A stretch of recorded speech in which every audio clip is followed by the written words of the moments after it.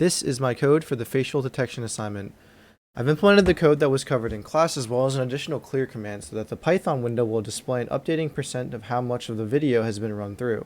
Initially, the arguments are defined to be added to the Python command line so that the different video files can be used, or so that the model or proto text or confidence amounts can be changed. Following that, the arguments are stored in a variable called args for later use. Next, a frame of the video is loaded in and its dimensions are determined.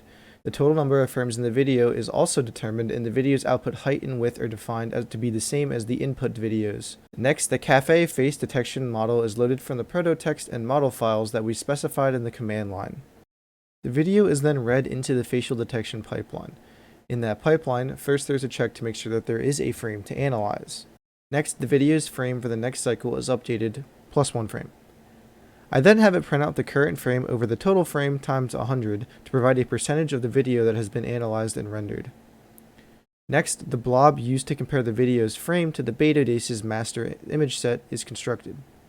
That blob is then passed to the face detection network for comparison, and places where a face is detected with some level of confidence is returned.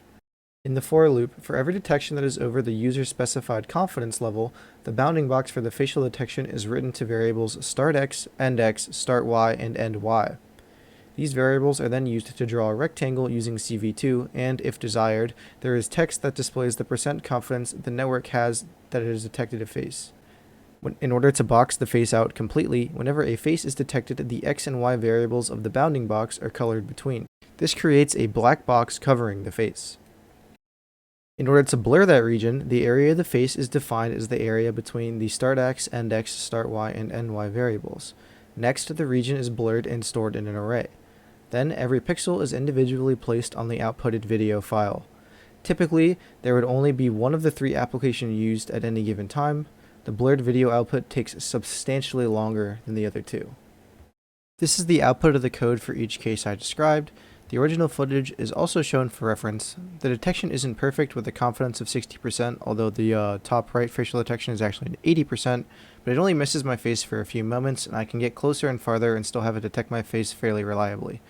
In order to get my face to be adequately blurred for anonymity, I have the blur mask set to 51.